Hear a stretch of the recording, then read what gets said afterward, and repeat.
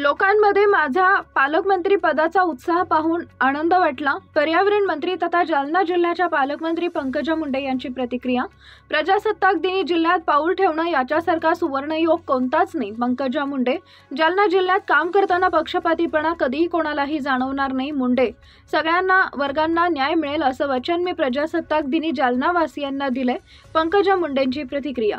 लोकांमध्ये माझ्या पालकमंत्री पदाचा उत्साह पाहून आनंद वाटला अशी प्रतिक्रिया राज्याच्या पर्यावरण मंत्री तथा जालन्याच्या पालकमंत्री पंकजा मुंडे यांनी आज दिनांक 26 जानेवारी रोजी दुपारी 12 वाजेच्या दरम्यान दिली आहे।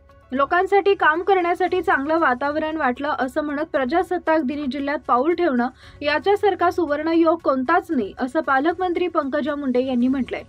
जालना जिल्ह्यात काम करत असताना पक्षपातीपणा कधीही कोणालाही जाणवणार नाही असं सांगत सगळ्या वर्गांना न्याय मिळेल असं वचन मी प्रजासत्ताक दिनी जालना वासियांना दिली असल्याची प्रतिक्रिया जिल्ह्याच्या पालकमंत्री पंकजा मुंडे यांनी दिली आहे। ताई, सुवर्णयोग आहे तुमच्यासाठी पालकमंत्री पद हा, आणि त्याच निमित्ताने आता 2-4 दिवसानंतर स्वीकारल्यानंतर जबाबदारी प्रजासत्ताक दिनाचं ध्वजारोहण झालं।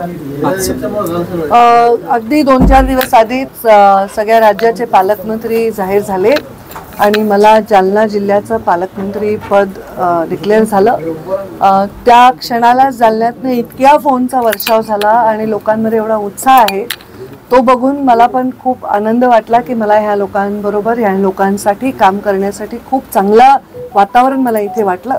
आणि मी आज इथे प्रजासत्ताक दिनाच्या निमित्त आलेली आहे आणि प्रजासत्ताक दिनानिमित्त कोणत्याही जिल्ह्यामध्ये पहिलं पाऊल ठेवणं याच्या एवढा सुवर्णयोग काय आहे, आणि म्हणून मी थांबले होते कारण प्रजासत्ताक दिन हा एक आपल्या संविधानातील सगळ्यात महत्त्वाचा विषय आहे।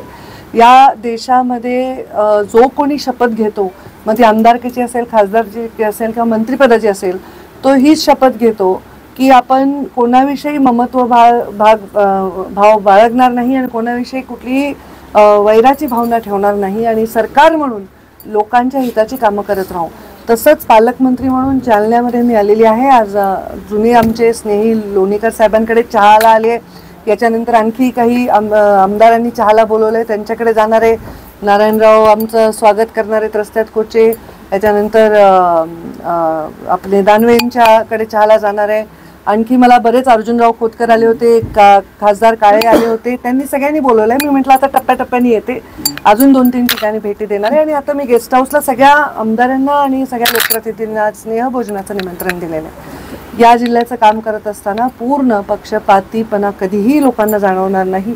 अत्यंत संविधानिक पद्धतीने सगळ्या वर्गांना न्याय मिळेल अशा प्रकारची भूमिका घेण्याच्या संदर्भामध्ये वचन प्रजासत्ताक दिनानिमित्त मी जालनावासियांना दिलेलं आहे। थँक्यू।